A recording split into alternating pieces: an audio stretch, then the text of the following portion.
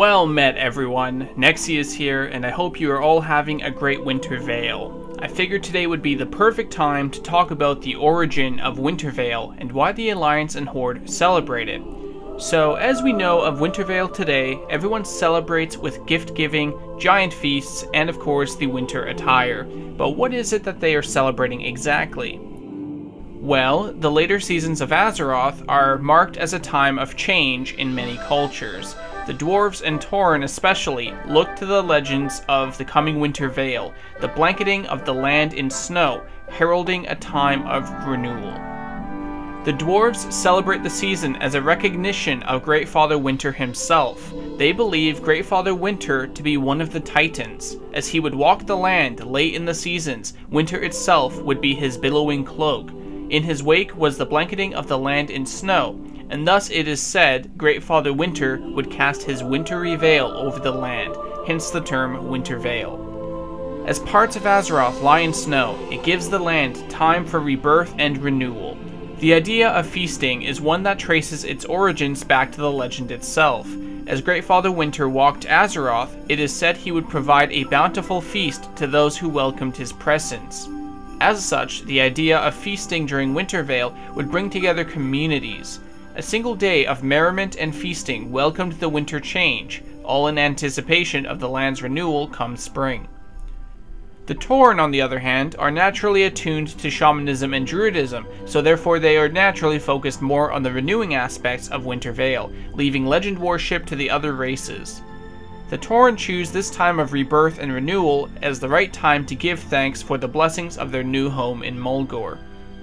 It is said that the commoners of the Alliance and Horde have begun to forget the true meaning of Winter Veil, as they have become consumed with the commercialization of Winter Veil. Smokywood Pastures, a company run by goblins to no surprise, has slowly shifted the celebration's main focus from the land's renewal towards the exchanging of gifts and the purchasing of merchandise like winter hats, sweaters, cookies, and candy canes. Even Greatfather Winter has become consumed.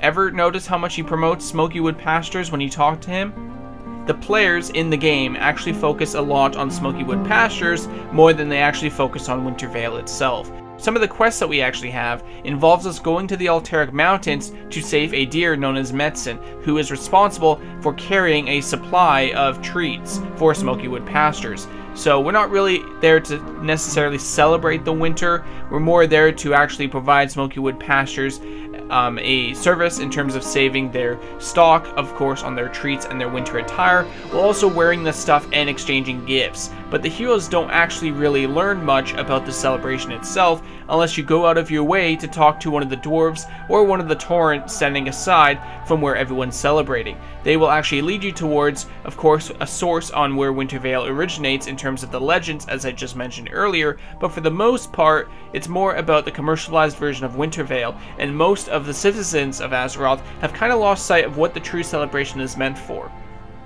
So overall, that's the main reason why the Alliance and the Horde celebrate Winter Veil. It's for the upcoming renewal in spring, with the whole land being restored and having time to rest and recover, while also, of course, celebrating the acknowledgement of the Titan himself, who brings winter to those lands as he goes by. At least that's what the legends are and what the dwarves believe. Now, whether any other cultures believe this, we're not 100% certain. We just know that when it comes to the Alliance, that's what the dwarves believe, so it's reason to believe that the dwarves are the main focus of Winter Veil, while also the Tauren to some extent on the Horde side as well. Overall, I hope you guys enjoyed this quick video on Winter Veil. Thank you so much for watching, and I'll see you next time.